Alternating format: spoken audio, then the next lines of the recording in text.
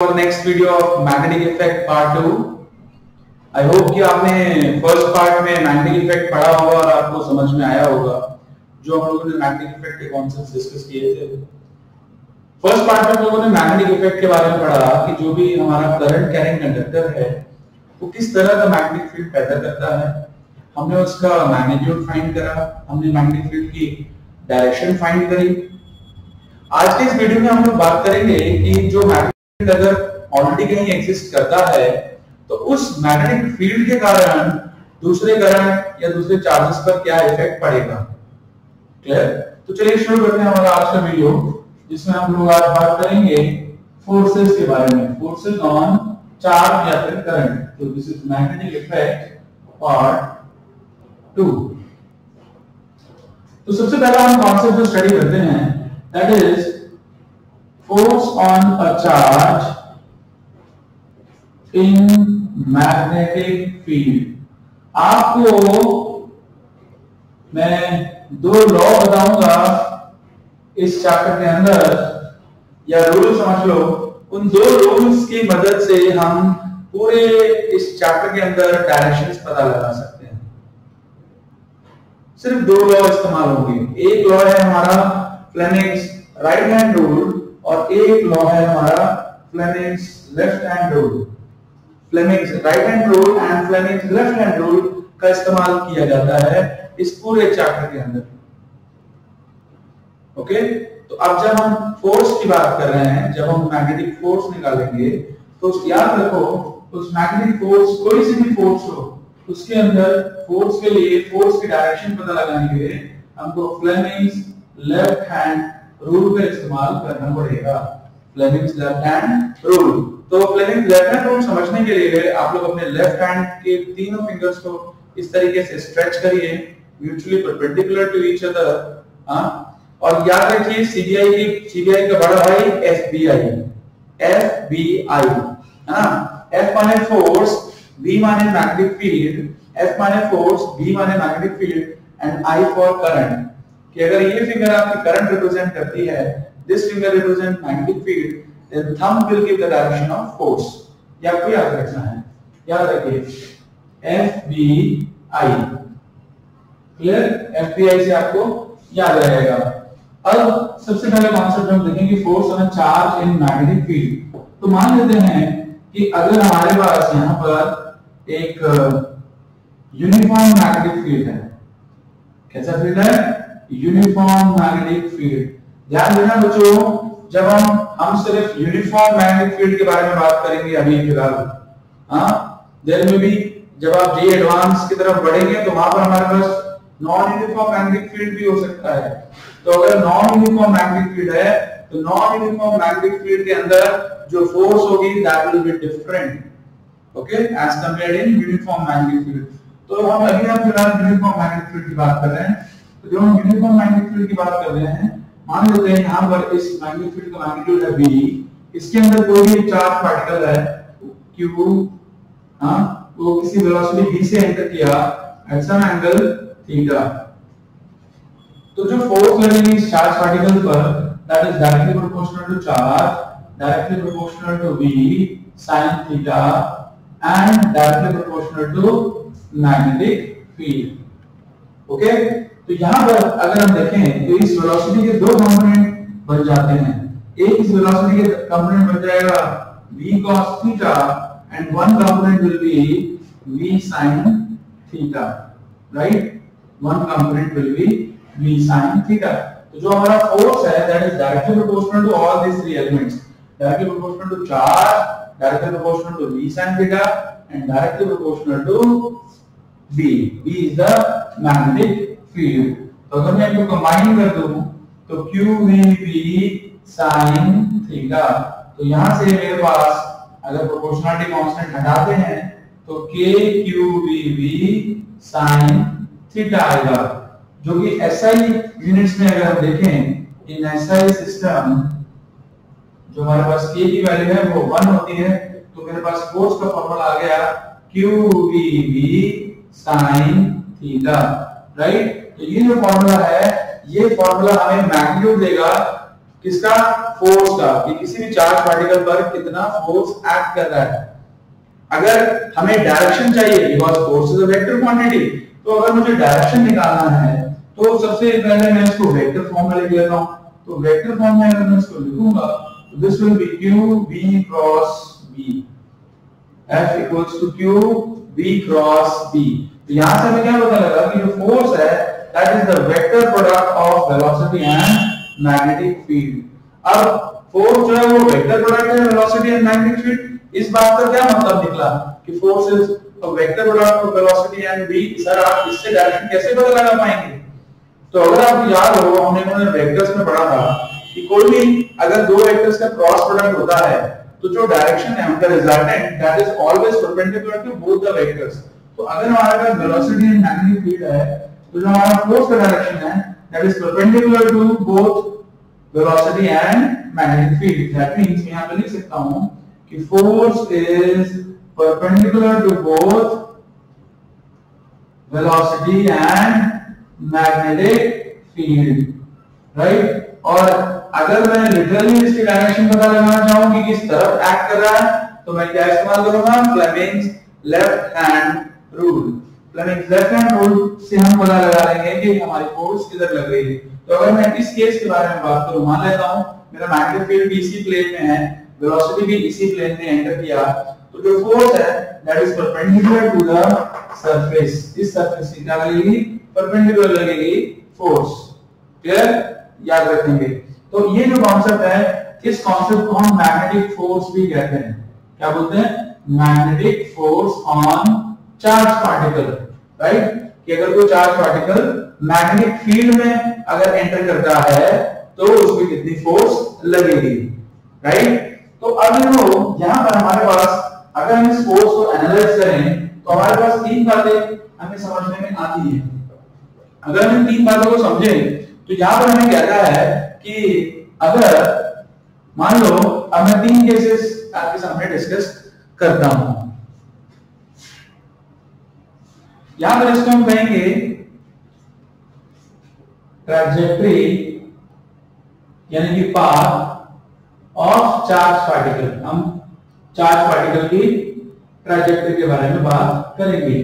तो पहला केस है हमारे पास जब थीटा कितना हो 0 डिग्री या फिर 180 डिग्री, यानी कि अगर आपका जो चार्ज पार्टिकल है अगर वो मैग्नेटिक फील्ड के पैरेलल या फिर एंटी पैरेलल जा रहा है, कैसे जा रहा है? पैरेलल या फिर एंटी पैरेलल, दोनों में से कोई भी एक सिचुएशन, या तो थीटा 0 डिग्री पे जा रहा है या तो थीटा 180 डिग्री पे जा रहा है, तो दोनों ही सिचुएशंस में फोर्स क्या हो जाएगी?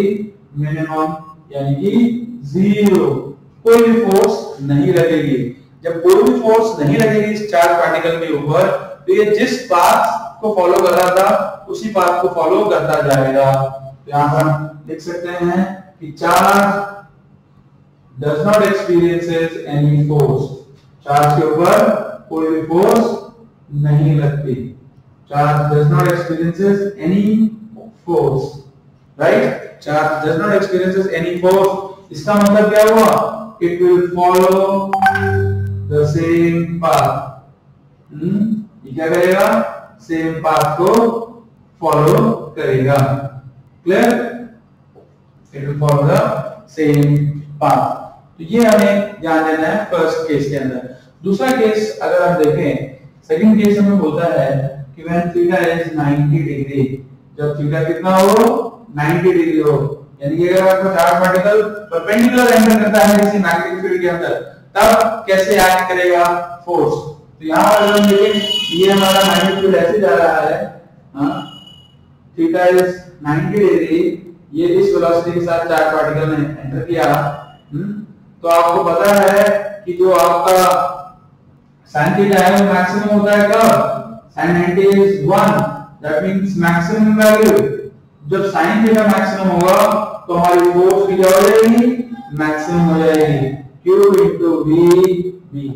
जो मैक्सिमम फोर्स लग रही है that is equals to QVB लग रही है, ठीक है। अब इस मैक्सिमम फोर्स के लगने के कारण, और ये मैक्सिमम फोर्स कैसे लग रही है? वेलोसिटी के परपेंडिकुलर लग रही है। तो जब ये वेलोसिटी के परपेंडिकुलर लग रही है फोर्स, तो ये जो चार्ज पार्टिकल है ये क्या करेगा, एक सर्कुलर पाथ कवर करेगा, ठीक है ना। यहाँ पर जो हम इसकी ट्रैजेक्टरी है, इसकी ट्रैजेक्टरी हम लिख देते हैं एक सर्कुलर पाथ, तो trajectory will be circular path. अभी जरा ट्रैजेक्टरी के बारे में हम थोड़ा सा डिस्कस करेंगे। ये जो ट्रैजेक्टरी थी सर्कुलर पाथ, ये बहुत इंपॉर्टेंट थी आपके लिए साइक्लोट्रॉन के लिए। जब अब साइक्लोट्रॉन हमारे सिलेबस में था, इस साल उसको हटा दिया गया, तो साइक्लोट्रॉन का जो कॉन्सेप्ट है उसके अंदर ये समझ लीजिए कि यही प्रिंसिपल है साइक्लोट्रॉन का, ठीक है। तो उसके बारे में हम लोग चर्चा नहीं करेंगे। तो जब मैं इसके ट्रैजेक्टरी के बारे में बात करूं, तो देखो जब भी कोई सर्कुलर मोशन करता है अगर पार्टिकल, तो अगर सर्कुलर मोशन कर रहा है तो आप याद रखिए कि इसको एक सेंट्रीफ्यूगल फोर्स की जरूरत होगी। ये इसका रेडियस है, मान लेते हैं this is the radius of the path. तो अगर हम यहां पर देखें तो जो हमें सेंट्रीफ्यूगल फोर्स है, centrifugal force required is mv square है। और ये जो सेंट्रीफ्यूगल फोर्स है, ये फोर्स कौन प्रोवाइड कर रहा है, मैग्नेटिक फोर्स। तो जो हमारी मैग्नेटिक फोर्स है that is equal to centrifugal force. तो मैं बोल सकता हूं mv square by r is equal to qvb। v square से v कैंसिल, तो यहां से मैं r निकाल सकता हूं, r equal to mv upon qv। This is what, this is radius of circular path. तो यानी कि जो उसने सर्कुलर पाथ ट्रैवर्स किया, हम उसका रेडियस बता सकते हैं r equals to mv upon qv। अब आपके ऊपर इस पॉइंट पे बहुत सारे क्वेश्चन आते हैं। यहां से हमसे वो कहेगा कि एक अल्फा पार्टिकल है और एक इलेक्ट्रॉन है, दोनों सेम वेलोसिटी से एंटर कर रहे हैं, तो बताओ कि दोनों का रेडियस क्या होगा। या फिर अगर ये कहेगा कि हमने सारे पैरामीटर सेम रखे, वेलोसिटी को डबल कर दिया, सब कुछ सेम है, एक अल्फा पार्टिकल वेलोसिटी v से आ रहा है, दूसरा अल्फा पार्टिकल डबल वेलोसिटी से आ रहा है, तो बताओ कि कितना रेडियस में फर्क पड़ेगा। तो हम डायरेक्टली देख सकते हैं कि वेलोसिटी डायरेक्टली प्रोपोर्शनल है। तो जो दूसरा सर्कुलर पाथ है वो बड़ा पाथ, दूसरा अल्फा पार्टिकल जो है वो बड़ा पाथ कवर करेगा। तो इस कॉन्सेप्ट को आप ध्यान रखिए। दूसरा हमारे पास अगर हम निकालना चाहते हैं time period,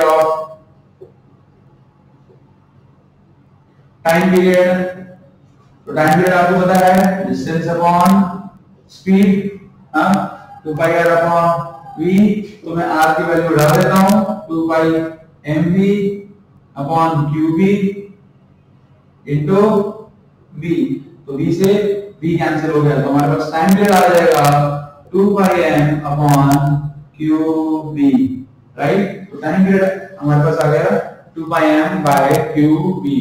this is the formula for time period of circular path. और अगर आप फ्रीक्वेंसी निकालना चाहते हैं तो फ्रीक्वेंसी का फॉर्मूला आपके पास क्या हो जाएगा, frequency is 1 upon time period, तो that is qv by 2 pi m, qv by 2 pi m। This is frequency of revolution.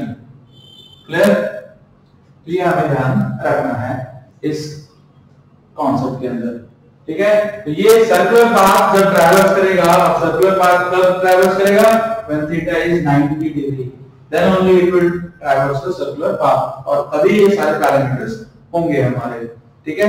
चलिए थर्ड केस के बारे में बात करते हैं। जो हमारा थर्ड केस है, third case is when theta is acute angle. जब थीटा एक्यूट एंगल है तो उस केस में क्या होगा, third case is when theta is acute angle. जब एक्यूट एंगल है तो इस केस में मान लीजिए किसी वेलोसिटी v से एंटर किया एक्शन एंगल थीटा, तो हमारी वेलोसिटी के दो कंपोनेंट हो जाएंगे, v cos थीटा और एक v sin थीटा। अब क्या होगा, जो v cos थीटा कंपोनेंट है उसको आगे ले जाने की कोशिश कर रहा है, जो v cos थीटा कंपोनेंट है उसको ऊपर ले जाने की कोशिश कर रहा है। तो दोनों के कंबाइंड इफेक्ट के कारण ये चार्ज पार्टिकल जो है this will traverse a spiral path. ठीक है, सब आप ट्रैवल करेगा, स्पाइरल पाथ ट्रैवल करेगा। तो इसकी जो ट्रैजेक्टरी है that trajectory will be spiral, ठीक है ना। तो अभी याद रखिए स्पाइरल पाथ ट्रैवर्स करेगा। ओके, तो यहां पर अभी हम लोगों ने देखा कि अगर हमारा जो चार्ज पार्टिकल है मैग्नेटिक फील्ड में ही एंटर करता है, सिर्फ और सिर्फ मैग्नेटिक फील्ड एक्ट कर रहा है, तो उस पर जो फोर्स लग रही है वो कितनी है, QV के बराबर है। लेकिन अगर मान लो हम लोगों ने मैग्नेटिक फील्ड भी लगा रखा है और हम लोगों ने इलेक्ट्रिक फील्ड भी अप्लाई कर दिया, जब दोनों चीजें अप्लाई कर दिया तब टोटल फोर्स कितनी लगेगी, है ना।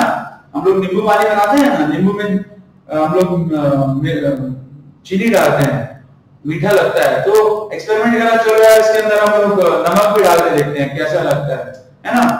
मिर्ची भी डाल के देखो कितना अच्छा लगेगा, एकदम मस्त मसालेदार नींबू पानी बनेगा, है ना। तो ऐसे हम लोगों ने क्या करा, हम लोगों ने अगर मैग्नेटिक फील्ड अप्लाई किया किसी चार्ज पार्टिकल पर, तो हम लोगों ने सोचा कि क्यों ना हम इसके अक्रॉस इलेक्ट्रिक फील्ड लगा करके देखें। तो इलेक्ट्रिक फील्ड लगा करके देखते हैं क्या होगा। तो उस सिचुएशन में जो फोर्स होगी हमारी, उस सिचुएशन में फोर्स को हम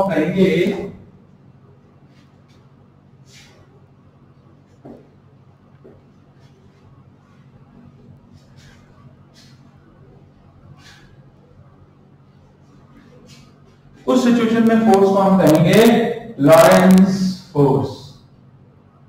this is Lawrence force. Okay, तो लॉरेंस फोर्स जो होता है, it is a combined force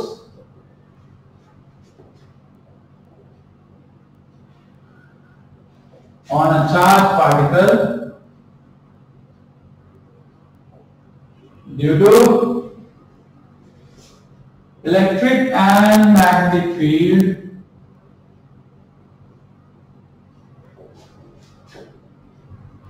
perpendicular to each other, applied perpendicular to each other। तो अगर हमें इलेक्ट्रिक और मैग्नेटिक फील्ड अप्लाई कर दिया है परपेंडिकुलर टू ईच अदर, तो जो टोटल फोर्स एक्ट करेगी दैट इज लॉरेंस फोर्स। उस फोर्स को क्या कहते हैं, लॉरेंस फोर्स कहते हैं, ठीक है। अब देखिए जरा, तो लॉरेंस फोर्स जो है, याद रखिए, जो इलेक्ट्रिक फोर्स होगी वो किसके बराबर होती है, Q into E के बराबर होती है। Q into इलेक्ट्रिक फील्ड, जो हमारी मैग्नेटिक फील्ड फोर्स है that is Q into V cross B। तो टोटल जो फोर्स है हमारे पास that is electric force plus magnetic force. So this comes out to be QE plus Q into में V cross B। तो यहां से अगर हम देखें तो हमारे पास Q आ गया E plus V cross B। This is the formula for Lawrence force. Clear? ये आपको ध्यान रखना है, आपके क्वेश्चन में आता है कई बार कि explain what is Lawrence force, या फिर आपको वैल्यू देगा, बोलेगा कि find out the Lawrence force कितना है। तो इस फॉर्मूले की मदद से हम निकाल सकते हैं। क्लियर? अंडरस्टूड? ओके, कोई भी अगर आपको डाउट आता है, इशू है, तो आप कमेंट्स में डालिए। मेरे कांटेक्ट डिटेल्स आपको मिल जाएंगे सबसे डिस्क्रिप्शन में, आप मुझे रीच आउट कर सकते हैं। ओके, चलिए देखिए, नेक्स्ट हम कॉन्सेप्ट पढ़ने वाले हैं that is force on a current carrying conductor. Force on a current carrying conductor in magnetic field. ठीक है, कि अगर आपने एक मैग्नेटिक फील्ड के अंदर एक करंट कैरिंग कंडक्टर रख दिया तो उस पर कितना फोर्स लगेगा, वो हम पता लगाना चाहते हैं। देखिए, तो अगर मान लेते हैं कि हमने हमारे कोई भी करंट कैरिंग कंडक्टर ले लिया जिसके अंदर करंट कितना है, I चल रहा है, इसकी लेंथ कितनी है L, और ये किसी मैग्नेटिक फील्ड के अक्रॉस रखा है एट सम एंगल थीटा। तो जो इस करंट कैरिंग कंडक्टर के ऊपर फोर्स लगेगी that is BIL sin theta. ठीक है, तो अगर मैं इसको वेक्टर फॉर्म में लिखना चाहूं तो this is IL cross B। Okay, I into L cross B। यहां से भी हमें क्या पता लगता है कि जो हमारी फोर्स है that is perpendicular to the wire and magnetic field. तो कहीं भी अगर आप क्रॉस प्रोडक्ट देखें तो उससे आप ये समझ जाएं तुरंत कि जो आपका जो फोर्स है that is perpendicular to both the quantities, यानी कि लेंथ और मैग्नेटिक फील्ड के परपेंडिकुलर है। ठीक है, यहां पर भी हमने कौन सा लॉ इस्तेमाल करना है, जहां कहीं भी आपको फोर्स नजर आए मैग्नेटिक फील्ड के अंदर, आपको सिर्फ एक ही लॉ लगाना है फोर्स पता लगाने के लिए, that is Fleming's left hand rule. Clear, यहां पर भी जो हमारे पास फोर्स है वो हम कैसे पता लगाएंगे, हमारे फ्लेमिंग्स लेफ्ट हैंड रूल की मदद से, राइट। चलिए, अब नेक्स्ट जो बहुत ही इंपॉर्टेंट कॉन्सेप्ट हम डिस्कस करने वाले हैं, that is the force between two parallel current carrying conductors. ये आपको थोड़ा सा ध्यान से देखना पड़ेगा। ठीक है, तो जब हम बात करते हैं force between two parallel current carrying conductors,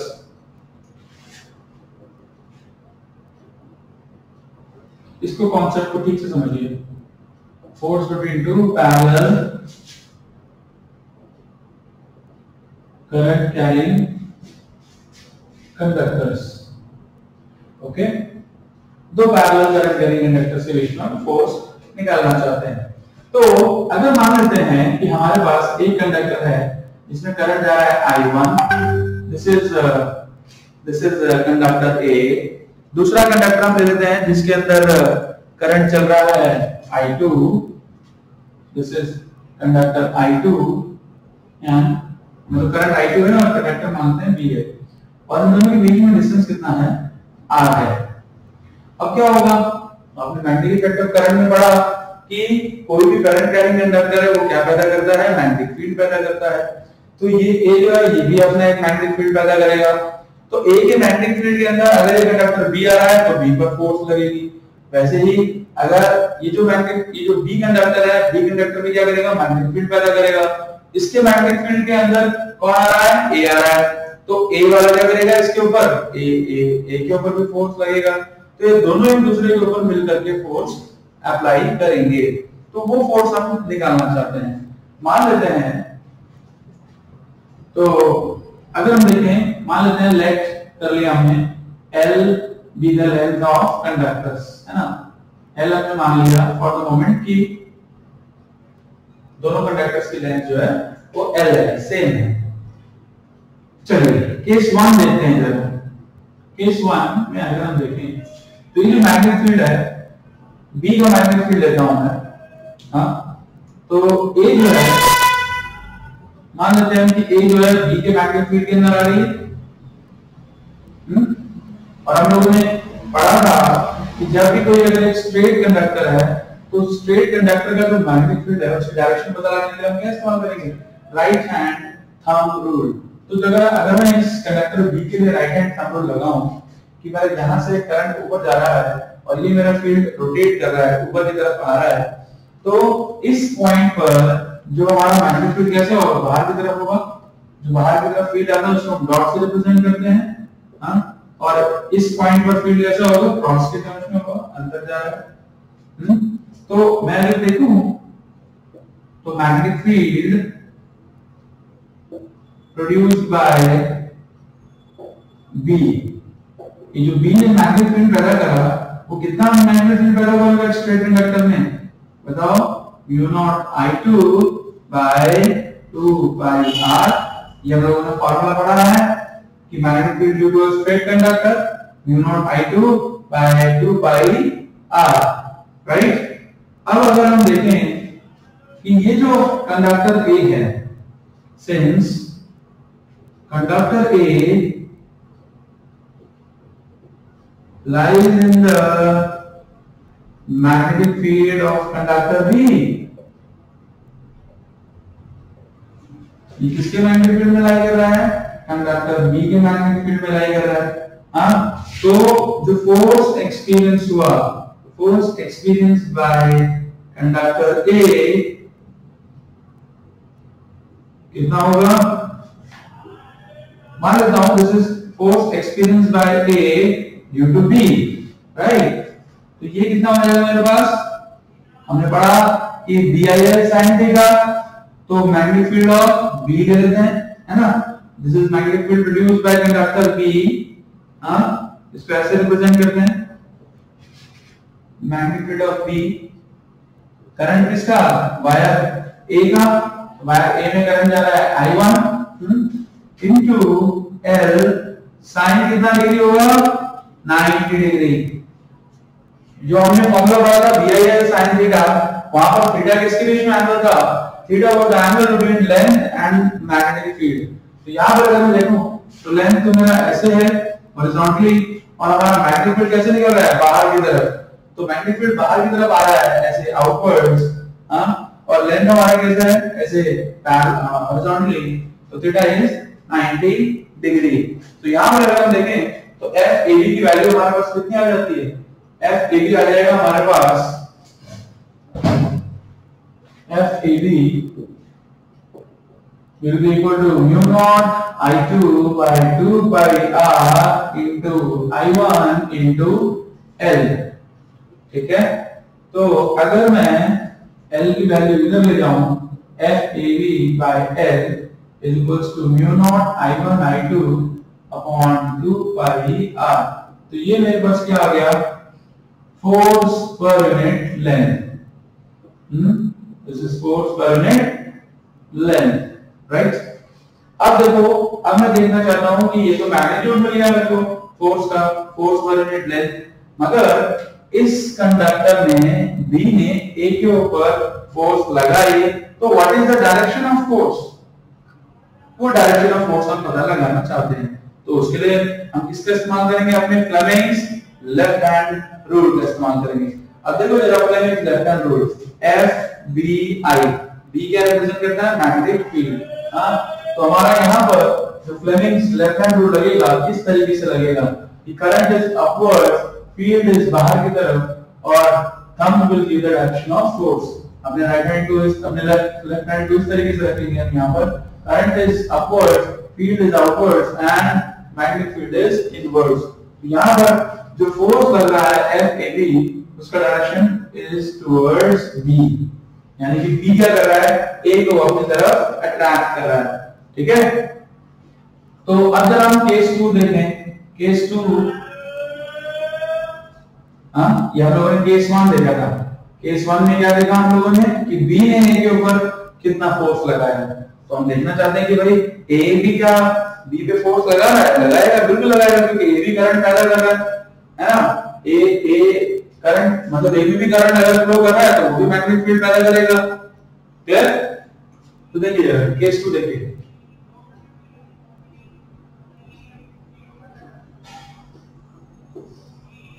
इसमें करंट I1, इसमें करंट I2, R। अब I1 की मैग्नेटिक फील्ड के अंदर कौन आ गया, करंट कंडक्टर B। यहां पर मैं अगर देखूं कि magnetic field produced by wire A या कंडक्टर A, तो मैग्नेटिक फील्ड ऑफ A कितना हो जाएगा हमारे पास, mu naught I1 by 2 pi r। तो अब यहां पर मैं अपना लगाना चाहता हूं फ्लेमिंग राइट हैंड रूल। जब मैं कंडक्टर A के लिए फ्लेमिंग राइट हैंड रूल लगाऊंगा, राइट हैंड थंब रूल, तो यहां से मुझे पता लगता है कि इस पॉइंट पर फील्ड बाहर की तरफ है और यहां पर फील्ड कैसे जा रहा है, अंदर। तो this is dot and this is cross. ठीक है ना, मैग्नेटिक फील्ड B पर हमारा क्या हो गया, अंदर की तरफ एंटर कर रहा है, तो दिस इज क्रॉस। तो अब अगर मैं देखूं तो जो फोर्स एक्सपीरियंस हुआ, force experience by wire B, वो कितनी हो जाएगी, एफ बी ए बोल देता हूं उसको मैं, है ना। So that is mu naught, sorry, this is magnetic field of wire A, current of wire 2 into length into sin 90। यहाँ पर भी थीटा कितना हो जाएगा, 90। क्यों हो जाएगा 90? Because it is going into the plane of the paper। तो लेंथ के perpendicular into the plane of the paper जा रहा है, that is why theta is 90 degree. तो हमारे पास FBA का वैल्यू कितना आ गया, FBA is mu naught, BA का वैल्यू डालते हैं I1 I2 by 2 pi r into L।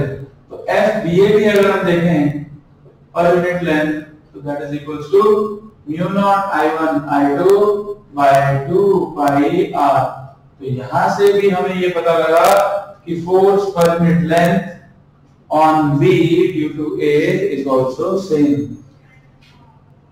Direction पता लगाने हैं, लेफ्ट हैंड रूल लगाइए यहाँ पर हमारा मैग्नेटिक फील्ड कैसे जा रहा है, अंदर जा रहा है, इनवर्ट जा रहा है।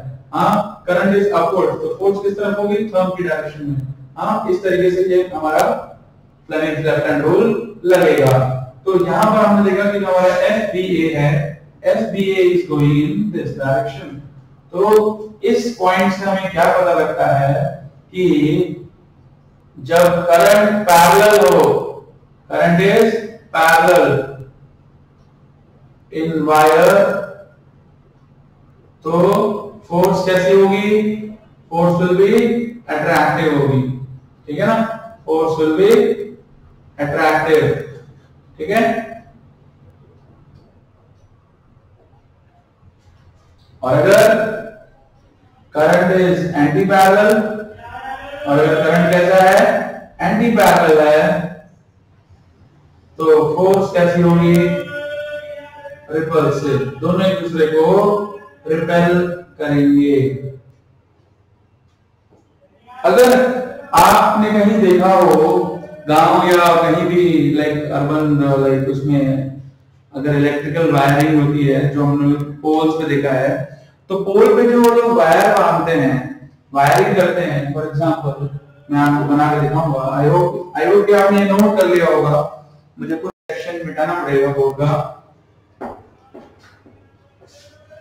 तो ये जो कॉन्सेप्ट है, ये कॉन्सेप्ट हमारा कहां पर इस्तेमाल होता है, अगर हम देखें तो ऐसे पोल्स चलते थे पहले हमारे जमाने में, आजकल तो अंडरग्राउंड वायरिंग हो गई है, बट कहीं भी आपको अभी भी कई जगह पर ऐसे चलता है वायरिंग कि एक पोल से 3 वायर जा रहे हैं, और इन तीनों वायर के बीच में लोग क्या करते थे, एक ऐसे डंडा बांधा करते थे, है ना। तो हम लोग बचपन में सोचते थे कि ये डंडा क्यों बांधते हैं। तो आज मतलब जब आप फिजिक्स पढ़ते हैं, फिजिक्स पढ़ने का मकसद यही है कि आप अपनी जिंदगी से जुड़े जो फिजिकल फिनोमेना हैं उनके बारे में जान सके कि वो फिनोमेना क्यों होते हैं। तो ये जो लकड़ी या कुछ भी बांधते थे, इसका रीजन यही होता था कि वो जो वायर्स हैं वो एक दूसरे को रिपेल या अट्रैक्ट ना करें। अगर अट्रैक्ट कर लेंगे तो शॉर्ट सर्किट हो सकता है। ठीक है, तो ये कॉन्सेप्ट हमारा है force between two parallel current carrying conductors का। क्लियर? कोई भी डाउट आप किसी को भी बच्चों को? ओके, तो देखिए यहां पर हम लोगों ने एक जो कॉन्सेप्ट पढ़ा कि भाई फोर्स जो है, फोर्स हमारे पास मिल गई हमको, फोर्स पर यूनिट लेंथ। ये फॉर्मूला हमको ले रहा है, फोर्स पर यूनिट लेंथ दे रहा है। तो अब ये जब हमारे पास फोर्स पर यूनिट लेंथ आ जाएगी, तो इस फॉर्मूले की मदद से अब हम कितने भी लेंथ हो वायर्स का वो निकाल सकते हैं। ठीक है ना, कोई भी लेंथ के अकॉर्डिंगली क्वेश्चन हम सॉल्व कर सकते हैं। हमारे पास क्वेश्चन इसी तरीके से आता है, आपको दो कंडक्टर्स में करंट दे देगा, उनके बीच में सेपरेशन दे देगा, अब बोलेगा कि इनके बीच में फोर्स बताओ कितनी है ना, force per unit length. Clear? चलिए